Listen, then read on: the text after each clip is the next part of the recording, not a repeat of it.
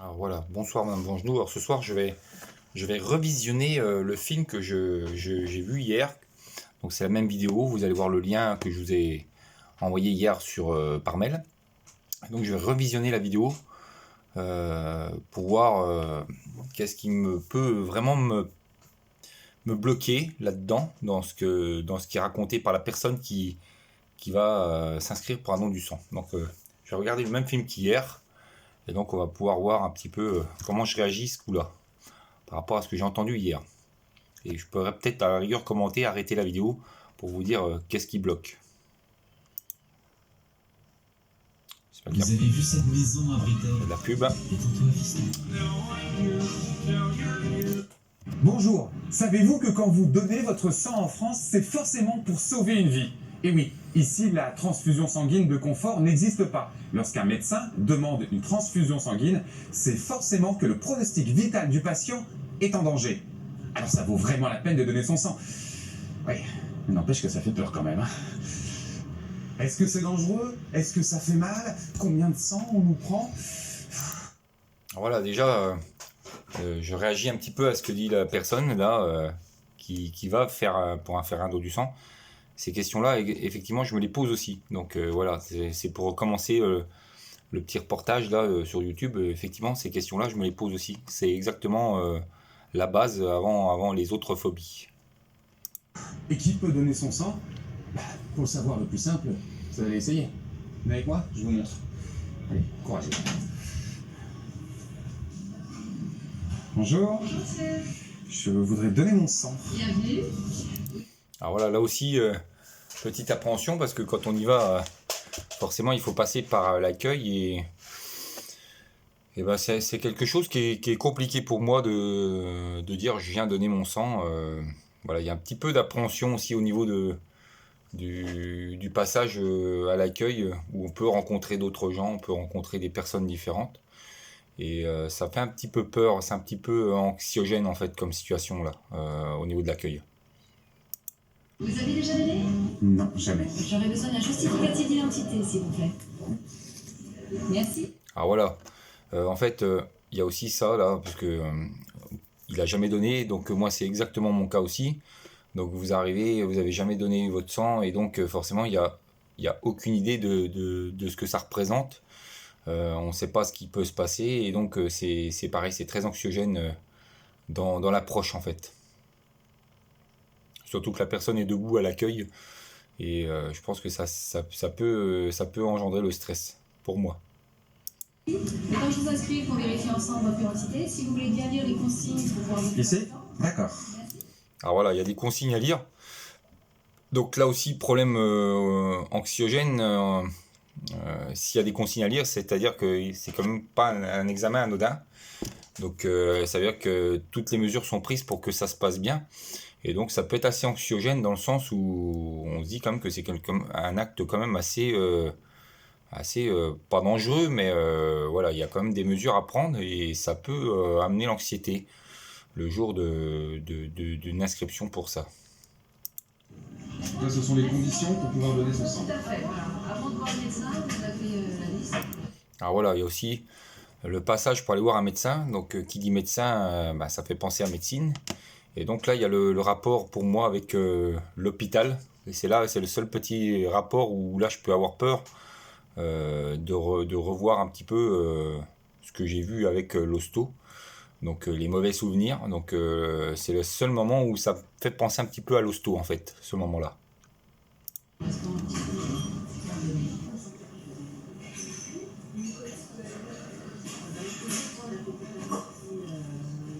avez bien lu les consignes? Oui, tout à fait. Je vais vous demander aussi si vous êtes à jeun ou si vous avez pris un bon petit déjeuner ce matin. Voilà. Elle lui demande s'il est à jeun ou s'il a pris un bon déjeuner ce matin. Donc normalement, il faut avoir mangé. Donc voilà, là, il peut y avoir pour la première fois le rapport avec l'énergie. Donc pas le manque d'énergie pour ce coup-là, mais le fait qu'il faut manger, avoir de l'énergie pour pouvoir faire un don du sang.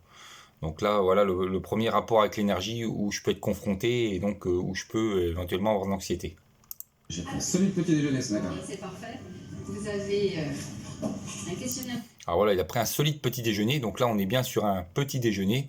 et non un déjeuner. Ce qui est très important pour moi, c'est-à-dire que je pense que j'aurai moins peur le matin que plus on rapproche de l'heure des repas du midi ou le soir, et plus je risque d'avoir peur en fait. Voilà. Par rapport à l'énergie, c'est curieux, mais un bon petit déjeuner me fera moins peur qu'un déjeuner normal. Voilà. C'est moins anxiogène le matin pour moi. Médical à remplir. C'est très important, c'est avant de voir le médecin. C'est absolument anonyme, puisque le médecin est tenu par le... Alors là, il y a des questions à remplir. Alors là, c'est pareil, il peut y avoir un état anxiogène dans le sens où je ne comprends pas une question et que je peux avoir un peu peur de mal répondre et de sentir qu'il y a un danger pour moi si je réponds mal. Et je pense qu'il y a des questions sur les médicaments, sur les problèmes cardiaques qu'on peut avoir, les machins comme ça, et même des choses qu'on ne sait pas si on a et qu'on a peur d'avoir. Et donc le questionnaire peut être aussi assez anxiogène pour moi, dans le sens où il peut m'arriver de ne pas savoir répondre à une question, et ça peut être problématique dans ma tête. Le secret médical, ce sont des questions qui ont trait à votre passé médical, à vos problèmes de santé éventuels actuellement, les traitements que vous prenez et vos habitudes de vie d'une façon générale. Voilà, alors il y a la façon maintenant dont le médecin lui parle de ce questionnaire. Et donc là, c'est assez anxiogène dans le sens où le médecin il insiste beaucoup sur le fait de bien remplir le questionnaire. Donc ça veut dire quelque part dans un sens que mon anxiété peut monter, dans le sens où le médecin est sérieux sur ce questionnaire. Et ça met une pression en fait, ça met une légère pression, pas forcément d'anxiété mais une pression. Le don de sang dure entre 7 et 10 minutes selon le débit de la veine. Ah voilà, entre 7 et 10 minutes, ça peut paraître long, c'est-à-dire qu'en fait la poche doit se remplir tout doucement, pas forcément vite mais tout doucement. Et là il y a le fait aussi de l'anxiété de savoir qu'est-ce que ça représente dans le corps une poche. Est-ce que c'est beaucoup? Est-ce que c'est pas beaucoup? Est-ce qu'on perd beaucoup d'énergie ou pas beaucoup d'énergie? Donc là, c'est le deuxième rapport avec l'énergie qui peut m'effrayer. Sans une petite piqûre quand même. Voilà, alors, au niveau de la piqûre, logiquement, c'est comme la prise de sang. Sauf que là, le mécanisme n'est pas tout à fait le même. On voit que c'est un peu un genre c'est un petit peu fait différemment. L'aiguille est sans doute la même. Mais voilà, on pique pour remplir une poche, on pique pas pour remplir un tube. Donc c'est dans la tête, ça peut aussi avoir de l'importance parce que même si je crains pas forcément une prise de sang à la base, je peux vite prendre peur pour le fait que ce soit une poche qui soit derrière au lieu d'un tube. Donc la piqûre peut quand même me faire peur. Même si logiquement, ça, j'ai pas forcément d'appréhension de ce genre de piqûre dans le bras, mais ça peut créer de l'anxiété par rapport à tout ce qu'il y a avant et toutes les choses à laquelles il fallait penser pour faire ça. Vraiment pas douloureux. Et donc vous fait pomper pendant le don, on vous donne une petite balle pour aider à avoir un bon débit. Alors voilà, alors là il y a une petite balle apparemment qu'on a dans la main, c'est sûrement pour le débit du sang. Alors ça aussi, ça peut créer de l'anxiété dans le sens où en fait, il faut de l'énergie pour faire ce geste. Et comme on perd de l'énergie par rapport à la perte de sang, ça me fait peur de faire des mouvements en plus qu'on m'oblige à faire et qu'on m'ordonne en fait. Un mouvement qui est ordonné, qu'on me dise allez-y, pressez cette petite balle là. Et du coup, d'envoyer cet ordre à mon cerveau peut me rendre anxieux. Et m'effrayer aussi dans le début de l'examen. Même si à la base, souvent quand on fait une prise de sang normale, on nous demande aussi de serrer le poing quelques secondes. Et en général, voilà, on remplit qu'un tube, donc ça peut pas m'effrayer au niveau de la perte d'énergie.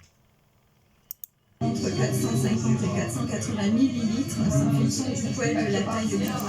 Alors voilà, c'est pareil, là, on prend du sang en fonction de la taille et du poids de la personne. Alors je sais pas trop ce que ça représente en millilitres, 450 millilitres. Bon, ça paraît beaucoup et peu à la fois. Donc après, voilà, je n'ai pas trop d'idées avec ça, mais ça peut rendre anxieux dans le sens où on peut s'imaginer que c'est beaucoup dans le corps, alors que ça représente peut-être rien, mais ça, il faudra vraiment me l'expliquer, parce que ça peut m'emmener à un malaise, ce genre de truc.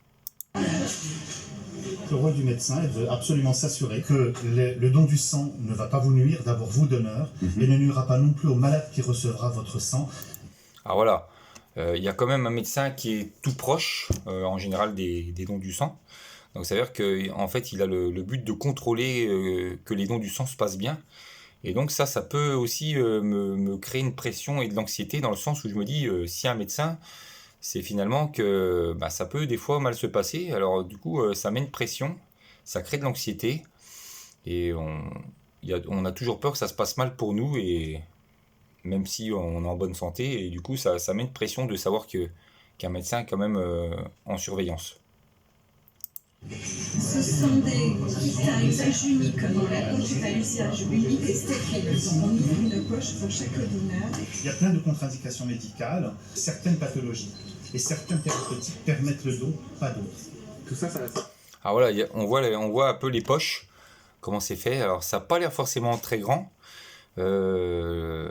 On s'imagine pas aussi la représentation que ça fait par rapport à un simple tube quand on fait des prises de sang normales, où on peut en remplir des fois 4-5. Est-ce que ça représente un peu plus ou beaucoup plus? Et c'est ça aussi l'énigme que je me pose pour pouvoir avancer, en fait. C'est de savoir pourquoi la poche elle est pas grande et que le temps dure 7-8 minutes pour remplir, alors que pour un tube, on va remplir ça en même pas 10 secondes. Et là, une poche, on met 7 à 8 minutes pour remplir une poche, alors que la poche, elle a l'air grande comme ça. Donc c'est ça qui me paraît bizarre par rapport à un tube. Pourquoi ça va si lentement pour remplir une poche? pour les analyses. Tout ça, c'est pour les analyses. Et ensuite, on va étiqueter les poches. Ah voilà, la question que je me pose aussi, c'est on fait, je pense, aussi une analyse de notre sang avant de pouvoir qu'elle puisse être transmise à un receveur.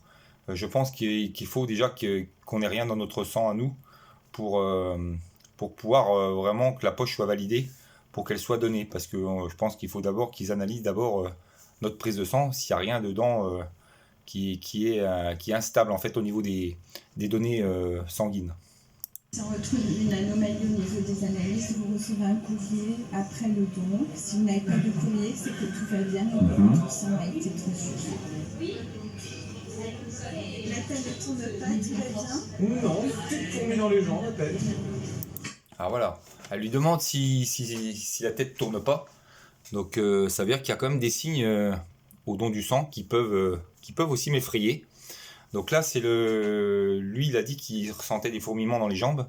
Alors ça peut exactement être la même anxiété que j'ai eue pour l'IRM quand j'ai eu les fourmillements au bout du pied et qui m'ont fait faire un malaise de ne pas savoir les signes qu'il peut y avoir pendant le don du sang. C'est-à-dire les signes éventuels de quelque chose qui n'est pas dangereux, mais qui peut survenir pendant le don du sang. Donc savoir exactement tous les signes qu'on peut ressentir pendant le don du sang et savoir à quel moment ils peuvent arriver en fait. Voilà, pour pas paniquer quand ça arrive quoi. Et ça c'est exactement le problème que j'ai eu à l'IRM quand j'ai eu ces fourmillements dans le pied et que j'ai fait un malaise parce que je ne savais pas ce qui se passait et que ça m'a effrayé. Alors après le don, vous allez rester 10 minutes sous surveillance à la restauration. Il faut bien s'hydrater, c'est la chose la plus importante.